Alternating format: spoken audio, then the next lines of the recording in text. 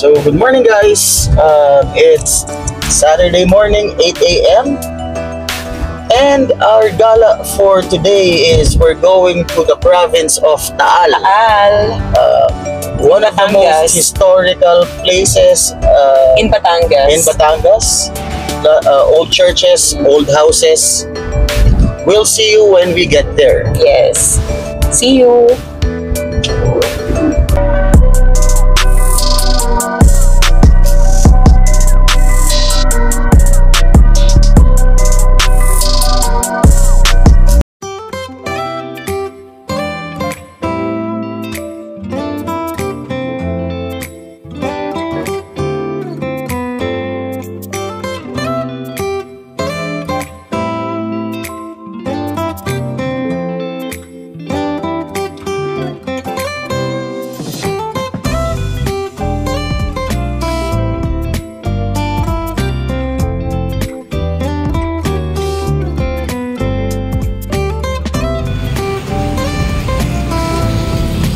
So happy Sunday everyone. Morning. We are here in the city of Taal in the province of Batangas. So this is also known as the Balisong capital of the Philippines, the Barong capital of the Philippines, and actually this is a heritage city. If you turn around, that's the city of Taal, and it's like going back to 1950s Philippines. So tara, pasyalan natin ang City of Taal. As you can see, parang bumalik po tayo sa nakaraan at luma yung mga bahay. Ay, Punerarya pala yun. Eto, ang ganda. Nice. Feeling ko tuloy ako si Maria Clara. Tapos magkasabay kami ni Simon Ibarra. Tapos naglalakad kami dito. Ayan. Holding hands. Ewan ko kung uso na nung unang panahon yung holding hands. Kapag nakakakita ako ng mga ganitong lumang bahay, minsan ini-imagine ko, paano kaya yung buhay nila noon, 'di ba?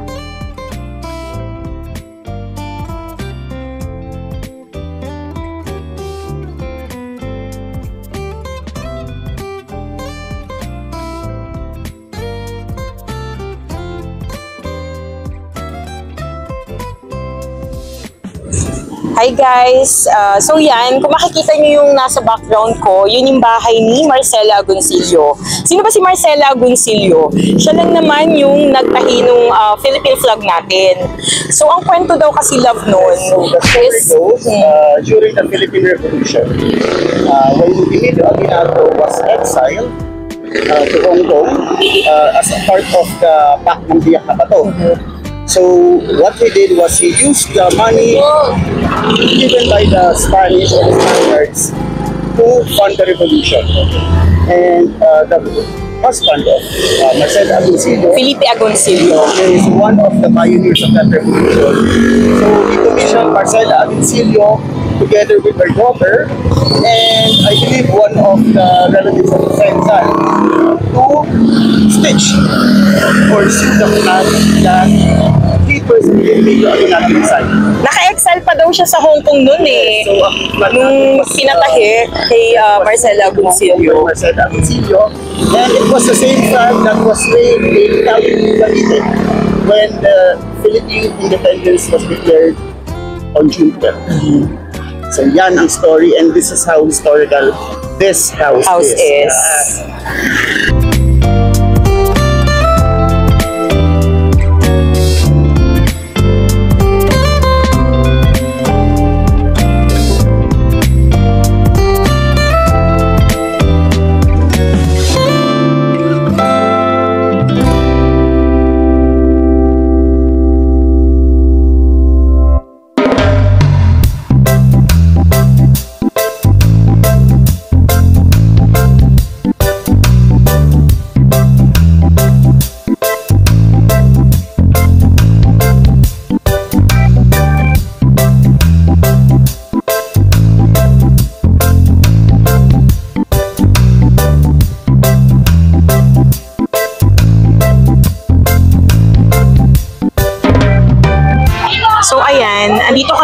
ngayon sa harap ng Basilica de Taal na tinatawag siyang Taal Basilica or Taal Church, pero ang totoong pangalan niya talaga is Saint Martin de Tours Basilica.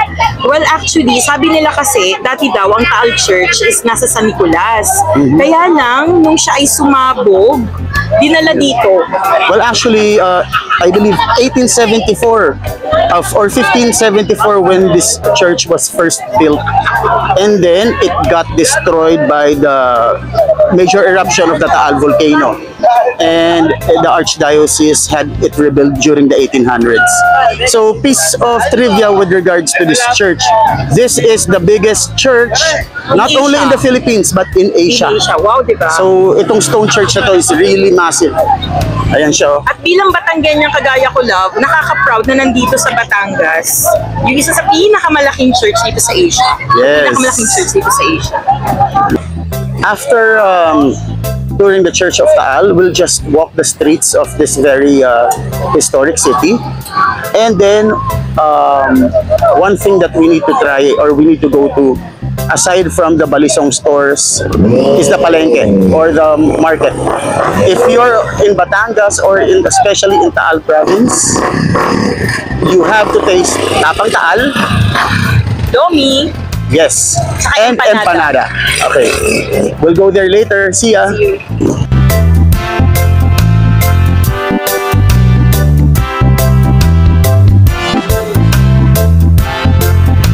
So yan, kung makikita nyo, nilalakaran natin is cobblestone.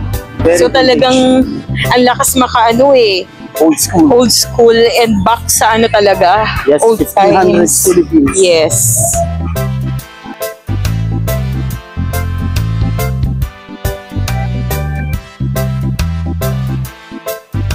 Tawang Tagalog po. May pwede kayo isama sa vlog Magtatanong lang kami about sa Tapang Taal tsaka sa Domi. Ay, ano pinagkaiba ng tapang Taal sa regular na tapa? Sa amin po ay timpla sa 1950s. Matitaste nyo po yung the best. Sige, sige. Kain kami na. Apo. Tara. Dito nyo po matitikman ang aming prepare sa umagang kay ganda. Ayan, nice. Sige, ma'am. Nanay, kakain po kami. Anong pangalan ng store nila, Lava? Yun, no? Videohan Kami po mo. ay Rizal Taparap. Register po sa DTI at ako po ang OTOP member. Ayan, o. Pwede nyo pong makita yon OTOP. One town, one product. Nice. Sige, ma'am. Salamat Nay, po. tikman natin ang tapang Taal. Ito rin po, yan. Naging suki Ayan, sila namin ng mga Barbie, yan. oh. Dito sila kumain sa akin. Nung bumalik dito rin. Okay pala dito eh, no? Apo.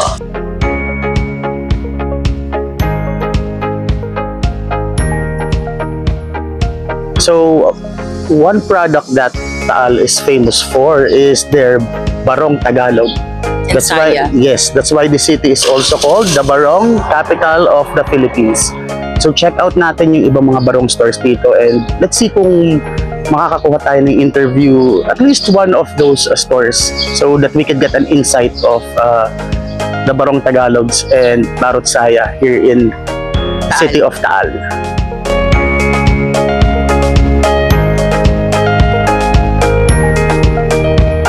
Talagang dito binuborda. Sa mga bukid kaya, pero ano din ang Taal. Kagaya nito. Sa isang ganyan, mga ilang araw yan? Ito, inaabot ng isang linggo, gano'n. Kasi Pinya. Kamay. Oo, pinya, Bahawak ko na. kupon. Oo, pinya nga. Oo. Pero yung talagang original na pinya, iba at tela. Yung manilaw-nilaw, ano? Oo, ito. Papakita. Yun. Ayan ang talagang pinya. Oo, ito talaga yung pinya. So, ang isang ganito na, sa isang Barong Tagalog, magkano aabot yan? Ay, ito ganito kasi. Ay, ang- ganitong Oo, Pino. pinya nga. Anong pinakaiba ng peñacola sa pinya talaga? Pinya kukun. ang pinya kasi talagang pure na pinya. Ah, Kasi ang ano nito. oo. Ay, oo, Mula ito sa Oo. yung ng pinya. yung hipla ng pinya, yung pero hindi yung pinyang kinakain. Ang isang ganito na, makakagawa na ng isang barong. Isang barong na. Oo. And magkano aabot yan sa dito sa patahian niya? Ito, inaabot ito ng 15. 15,000 kasi pinya talaga siya. Oo. Kasi puro pinya talaga eh. 15. So, kasi meron sa likod, meron sa mga. Pero itong ganito, mas Mas mura, kaysa syempre. dito. Oo. Bakit yung sikat ang Taal sa Sa Barong Tagalog tsaka sa Saya. Ay, dito talaga ginagawa eh. Dito ginagawa. Dito kasi Oo. talaga yung Dito parang talaga. origin. Oo. Original niya. Patunang Kastila. Oo. Ang ganda ng ano nito.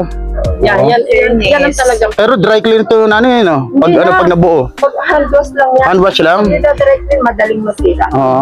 Kailangan i-hand wash lang. Mm. Kasi hindi naman ito kapitin ng dumi. Kaya, Ano pangalan ng tindahan niyo, Nay? ang aking kasing tindahan ay yung Maria Erica. Maria Erica. Erica. Hanapin niyo lang po dito yung Maria Erica sa tindahan ko ng Taal. Hindi ko ba Magaganda nakakami Ah, mga... oo. Maganda Ito, kagaya nito, dress ng babae. Mm. Rip, sa pinya dito. Ito, yun.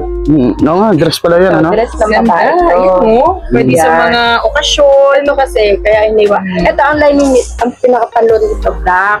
Mhm. Pero, hindi halata. oo, tsaka hindi. Pwede niya pa kasi magamit ito sa ibang kulay. Kung halimbawa, mag-aanak sa... Para hindi na umulit, no? Oo. Ito Mm. na lang ang ano. So, ang papalitan niya lang ito panloob. Okay. Kaya kahit kung anong motif, yun na lang ipapanloob niya. Pwede ito na lang pakita ulit-ulit. Mm-mm. Kasi barong naman. Kaya hindi yan. Ayun. Ito naman yung sa barong sa lalaki. Ito. Mm. Oo. Barong. Ayan, oh. Ganda. Ito yung maganda klase. Oo. Ay, pag talagang dito Parang- gawa sa Batangas, talagang makikita talagang... Irin sa kamay Kumbaga, din. parang... Parang Pero sukat. meron din tayong Parang sukat ko to, ah. mga No? Mm. meron din mas mura pero Ito magkano to, Nanay? 15? hindi naman mga ano lang Pero pinya ito, kukun. pinya Pinya, no? merong mas mura pero yung machine made Ah. ang nangyayari ang borda kagaya noon machine made yun pero ang tela noon pinya din Doon na tayo sa class. Class yeah. to, eh. Oo. Ito na lang kasi din. ito Oo. kamay tapos yung pinakakalado natin sa kamay din yan mano-mano Mm-mm. kaya mas mahal Mm-mm. Ayos na mahal lang. ang ano mahal kasi ang kanya Oo. labor. Nay, maraming salamat sa pag ano, ha? So, ito yung empanadang Taal dito sa amin, Taal, Batangas. Sabi ni Nanay, chicken and gulay daw yung feelings. Magkano naman po? 35. 35 po isa. And isa nga sa mga dinadayo dito sa Taal is itong bayan ng Balisong. And kaya ito nakilalang bilang Balisong, capital of the Philippines. And isa sa mga sikat na tindahan dito, itong Rivera's Balisong Shop. So tingnan natin yung mga products sila. Ay, kuya po.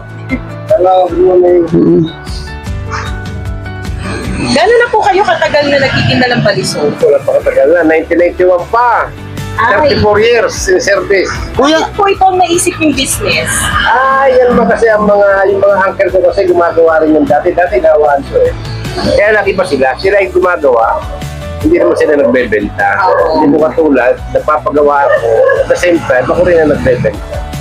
so Bakit po sikat ang Batangas sa balisong? Wala namang nagawa ng balisok kung dito lang eh. tanong ko lang kuya, bakit iba-iba ang presyo ng Balisong kahit magkakalaki lang? Magkakaiba yan talaga, nasa handle yan. Wala sa blade, nasa handle ang Kasi labanan yung nila. plate naman yan, halos pare-parehas, carbon steel. Oo. Pero nasa handle yan. Meron kasing light, habang nabigat na mahal yan. Kasi depende sa mga handle na kinakapit. Mas maganda yung handle, mas mahal. At saka yung rare. Oo. Kasi nung una talaga, ang balisong, ang ginagamit ay sungkal. Sungay ng usa, Oo. at sungay ng kalabaw. Ay very rare na ngayon ang sungay ng usa. Manap kami ng replacement yan. Oo. Ito ng kabayo. Patingin nga po. Ito ng kabayo na. Ano po to? Ano ng kabayo? Buto. Buto. ito ng kabayo Meron pa ako dyan buto, mga ano yan. Ngayon, wala na rin yan yung buto. Double blade po to, no? Di-blade lang yan eh. Traditional fan knife, aka the Balisong. Hindi kami post nagbebenta ng maluwak na. Oo. Kasi lalong hindi makukulit pagka maluwak na. Oo, kasi, pakalog-kalog. Ito yung buto ng kabayo. Itong ganito, kuya, magkano yan? 1.5 to. 1.5. Pero nung una mura lang to eh. Oo nga. Kaya ito mahal lang ngayon kasi wala na ngayon buto ng kabayo. Ako lang meron nito ngayon. Ngayon, Ito rin ba? pinagtala namin ng plastic fiber yan. Hmm. Plastic fiber ngayon yan. Matalim siya, no? Wala na ngayon buto. Ang dami nga nag-ano sa akin, nag-message. Oo. Hindi ko na inaano ang buto ng kabayo kasi pumunta na lang sila rito. Mhm. Mga dati ko pang stock ko. Oo. Yan, mumura lang yan. Old school balisong. Ito ba, pareho lang ito? Size lang pinagkaiba? Hindi po, pakaiba po yan. Pero magkamukha sila, ha? Hindi. Bili ka ng isa lab mamaya. Oo. No? Maripis ka, maripis. Ah, nga, no? Ah, Maraming klaseng balikan sa bansa. mas mahal yan. Hawakan mo. Ah, ito mabigat. Ito mabigat. Magkano po ito? 2,000. 2,000. Pakagandang ano, no? Handcrafted in the Yan, Philippines. hindi ako nag-ano ng price. Huwag mo na ipa-plug yung price. Oo. Ganda. Ganda. Mga, tsaka yung talim niya, no? Kalidad ko yan, no? Pati yung blade. Marami mo. Oo. Sinabi talagang Balisong. Batangas talaga. Huwag mo na mga bearing. Ako ay barangay Balisong ano po? Ito mga bearing, ha? Mm. Ang bearing kasi may kanat. Oo. Yan Ang pangalan ng lugar dito ay Balisong. Kasi Barangay Balisong. maraming Balisong. Ayan o. Ito tayo 500 lang to. Okay, Balisong. Sige, kuha ko niyan pang ano, souvenir. Ito, pwede ko paglaruan yan. Kasi maluwag na yan. Ito ba? Ito ba sige pa rin? Family of Balisong. Love, oh? Ayan. Yes, I bought this one as a souvenir. Nice. Disclaimer. Disclaimer lang. Only for novelty piece. Naku po, Huwag mong gagamitin sa akin love yan ah. mahulihan kayo nito sa bulsa. Lagot baka makapiright. Hello, hello, oblo kayo. Salamat po tayo. Salamat po, Tay. Tayo, wala ba kayong Aladencio Padilla, yung malaking-malaking? Ayun, patingin niya ako tayo. Ayan na. Ang tunay, yung kay Sensio, ganito lang ka. Ah, ganyan Oh lang. my God. Meron tayo ikaw sa'yo malaki. Pagkat. Pwede ba tingnan niya? Ay, pinaglaki niya. Ayan, oh. Yan ang balisong. Okay lang. No. Oo. Oh no. Kung may balisong, ito ang balisong. Balisong sa Balisong. Balilong. Ano po, balilong? Tawag ni Bro Arellano. Balilong. Kasi binilag ako dito ni Bro. Ah, Tawag niya niya balilong. at ito po ay gawang Batangas din. Dito mo lang po, ganito kalaki. Tay, salamat po. Okay. Tay, God bless po. Salamat. Yes po. Thank you po.